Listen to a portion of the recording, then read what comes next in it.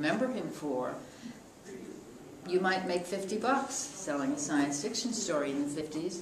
You wrote a story for Collier's or Saturday Evening Post, you made $1,000. So I'm sure that he felt good about most of the, not everything, but a lot of the things he wrote for those mainstream magazines. But what he loved always was the science fiction, because the creativity, the inventiveness that he had was what came out. You all know, many of you have studied, know he got a patent for front projection, which was a film process that was used in 2001 Odyssey. But you don't know that he took the kitchen door and he built it the same width as the whatever you call that around a door, the door frame, and put little runners in front of it so you could store glasses in the door.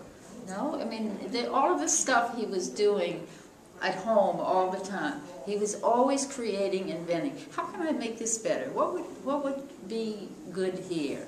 It was part of his life. It was part of his soul to be inventing. One of the things that sticks in my mind as a child, that we'd gather around, and he was experimenting with smoke rings. Now, when you blow a smoke ring, and he smoked a pipe and occasionally cigars. He would smoke a cigar for this. When you blow a pipe ring, the ring gets bigger and bigger. How could you get smaller and smaller? Why would you care? But this is pure science. Pure science is sitting there and saying, how can I make a pipe ring get smaller, a pipe ring that's smaller instead of larger? So this was the man that I grew up with. Not a nut, but a very, very creative person. And he said in one of the author's pieces in Thrilling Wonder Stories, and when he talked about Bud Gregory that I mentioned earlier, who discovered logarithms many years after somebody else did, but he said, I wonder how many other Bud Gregorys there are out there. And I suspect there are a number of them in this room. You know, this is the kind of person with that kind of mind.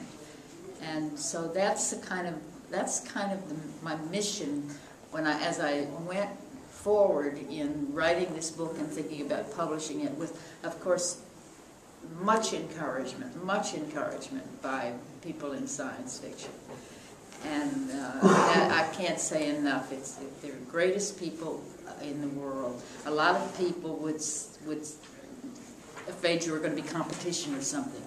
Most helpful and wonderful, encouraging people. So this is a story that I kind of wanted to bring out. It's a very conservative man, extremely conservative man, but yet there was this creativity. He could think of these peculiar things, and yet be rather simple. Now, what I want to do is show you. I'm sorry I couldn't make a PowerPoint presentation. My good friend Lee Weinstein said, "Why? Did you do that?" I said, I have to tell you all, never write a book that has to have an index. I learned that the hard way. All of a sudden, like 3 weeks ago, before I got the page proofs, oh, now you have to write the index. So it was Tuesday morning that the index went email to where the heck are they? North Carolina. And that was kind of a tough thing. So I didn't have time, but I do have some giveaways, which I think I'll wait and not pass them out now. This one is the cover of an astounding story, and the reason I'm distributing it is this one is in the book, and it refers to some text, and it kind of relates to what I've been talking about. If you look at it, it's pretty wild. And here's this, my father, who was, part of the story is how I wasn't allowed to wear lipstick. Now you know what they're worried about, but everybody was watching to see if I'd put on lipstick, and I'd put it on when I left for school, and I'd wipe it off before I got home, and I'd think, does anybody see me? Are they going to tell my parents I'm wearing lipstick? So here's this woman in this golden thong, and you know, I never thought about it, but these were lying around the house. You know, maybe there was a cover. So that's why this is the story was Beyond the Sphinx's Cave, which is not one of the better known, maybe not one of the best, but it was kind of interesting, and it is in the book. The other one, as I may have said earlier, Michael Swanwick said, when I said, I think I'll have some giveaways, Michael said, well, what I really want is the one that's the diagram of front projection. And this is a copy of the original diagram as it went to the Copyright Office. There's I think, a good little story somebody told me about this, or maybe somebody wrote it, and I will tell you that everybody has given their permission, but I've included so many things that people have said about him and written about him, and you might say, I saw that before. I didn't steal it, I only asked people if I could use it. But this is the original diagram, and so that is, so you all can see that. So I'm just going to show you a few of these things and maybe kind of put them into some context, and you can come look at them. I'll put them on the table. You can look at them afterwards if you have time.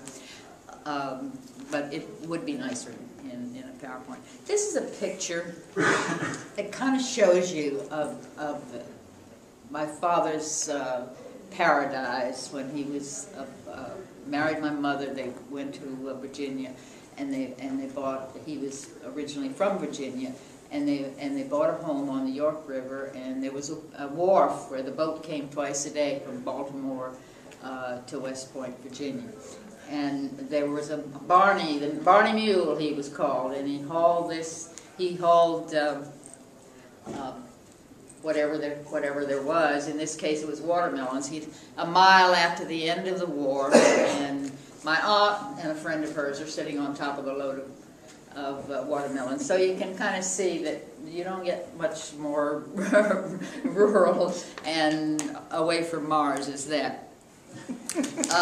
Now, this is not a magazine that he had any stories in at this time. This is 1911. But this is in the book because this is when he probably started reading this magazine.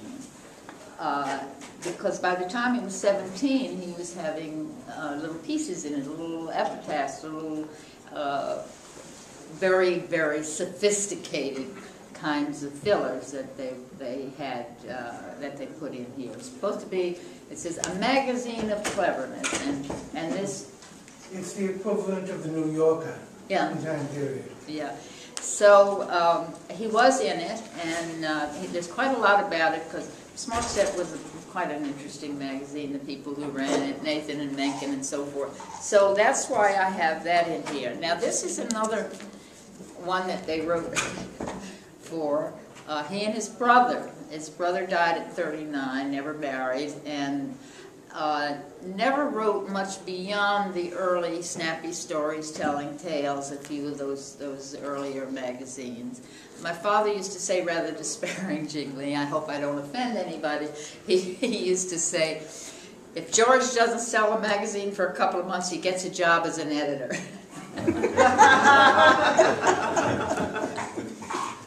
Well, Snappy Stories is this cover.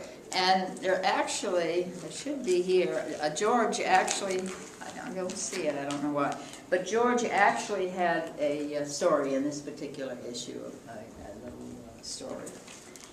Then Dad, many people don't know this, I didn't know it myself until I started doing research. He wrote the first Black Bat stories. Now you've heard about the Black Bat, and there was another one that became quite famous. But in this Black Bat High Adventure, there were a series of them. This was called the Hollywood Murders, and that was in this particular issue. Then Startling Stories, Thrilling Wonder Stories. These were other magazines that he was in a great deal of the time. Thrilling Wonder